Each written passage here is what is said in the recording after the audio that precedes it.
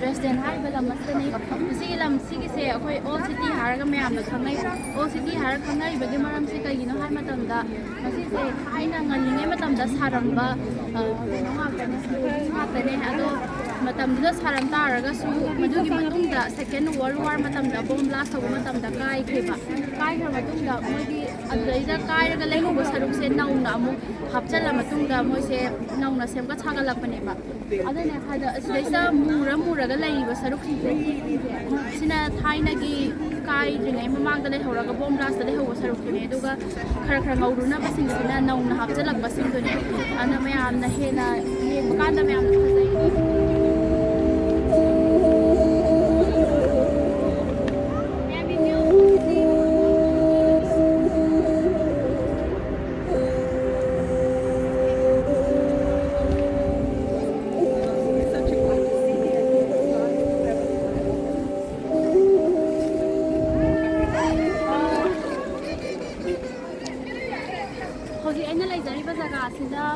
Germany old city hari bus station da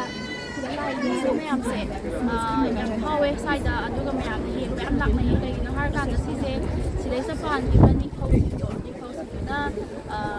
ni khau sin du gi magi ma na tawram da ba mayam du ni hai se yi sin se ado si su koi gi hana sunu na ye am da ki amu nouna amu ka khela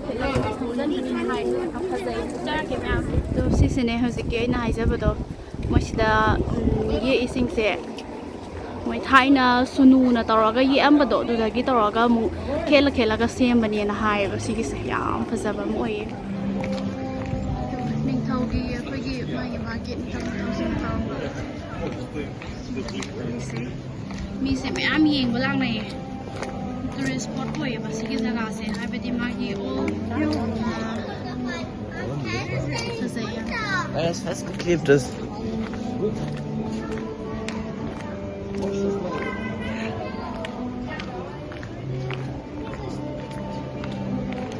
Mayam si yeng baloi lang na sida tourist spot oi kai maram gi no ha kan na ma gi sida sara ga lai ri ba mo mo tau hana le ram ba ri ba sida anou ba hapchala aga mayam da yam na phajaba yeng bada tuma anu ha mo hen ba se sina mayam gi Jing sen from boy hai tare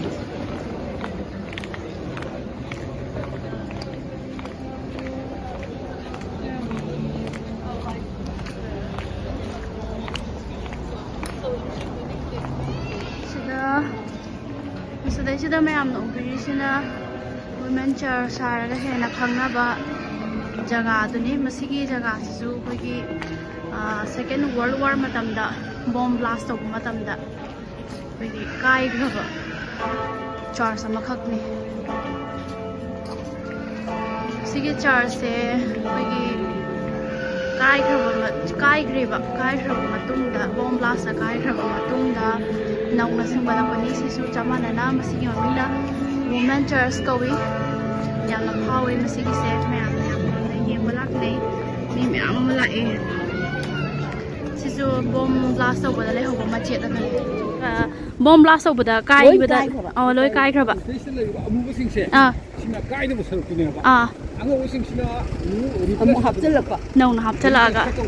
reconstruct tarakpa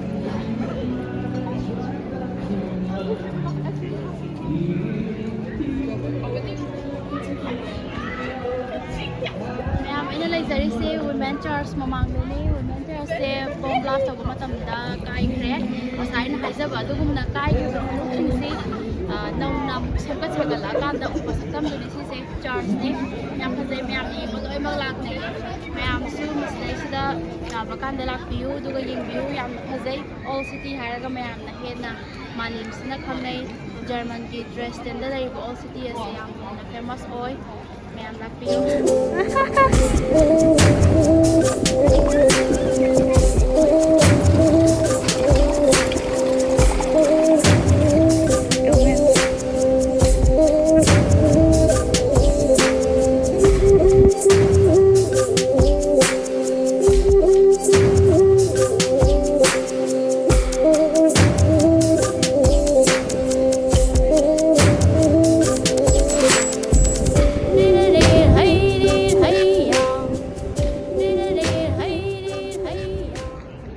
church later.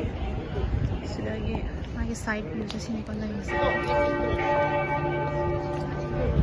Si di kaino se tapana khamdre. Moigi marul se ayamana su English se sijina deba. Moigi oiba lon je dum sengang jai. English khangba mi pa a laite. Aduna khoina pau phangna ba su khatang wa ba moiba.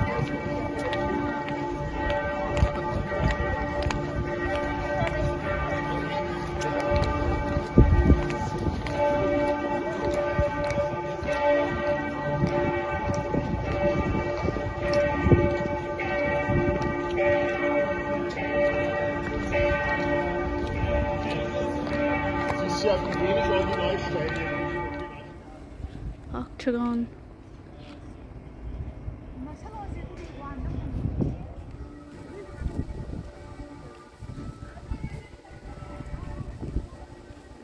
Yam phajai haba yong sida una ga tari me asang mai una kelakpagi mayam as khangre da ko phasa si ko ngawe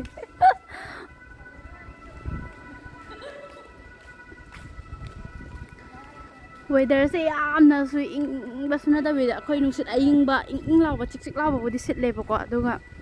yamna nungai hanbado isada adu oi oi se kakhat ke ko khale hojiki keno da stair da ka khale aduga moi statue mayam la rame aduga la tha ai physics sale fajabi mai oi he am tin au am sa tu statue lai ang wang ya ba man sila oi fajai ya me se aku je la ka le ta ko je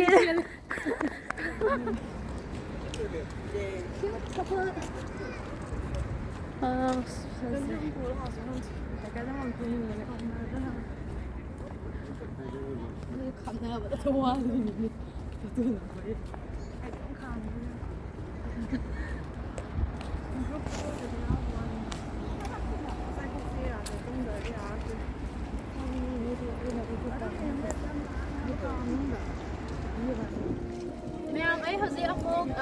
MB River Ujarake, most the Tian material name. Maybe now. From to Sele.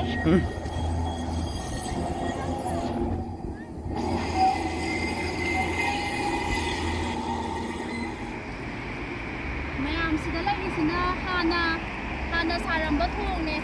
machuga can already say. Aduga, the reason nouna sagatlakpada thong ne, sinamo. Aduga, ma'am, Sida ubiriba ure. Ubra. Oui. Sida laire thong hose na haizaki ba thong do si je ari ba thong do ne ko hana le number do aduga sina ubiriba sida laire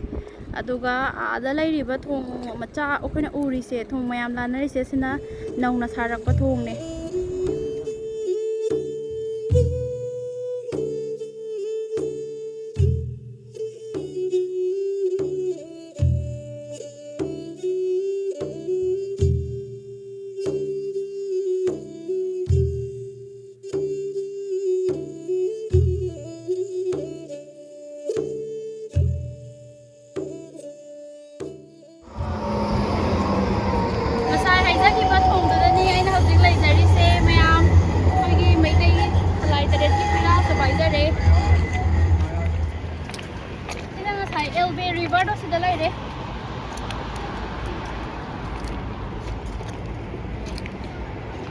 mayam ngasi da maktadi video se matang aswaida loisanjarage mathang tarpa video da smaina phaja bala mayam da aina chacha taragadi mayam su chaba ngam oi sage na ko ramjari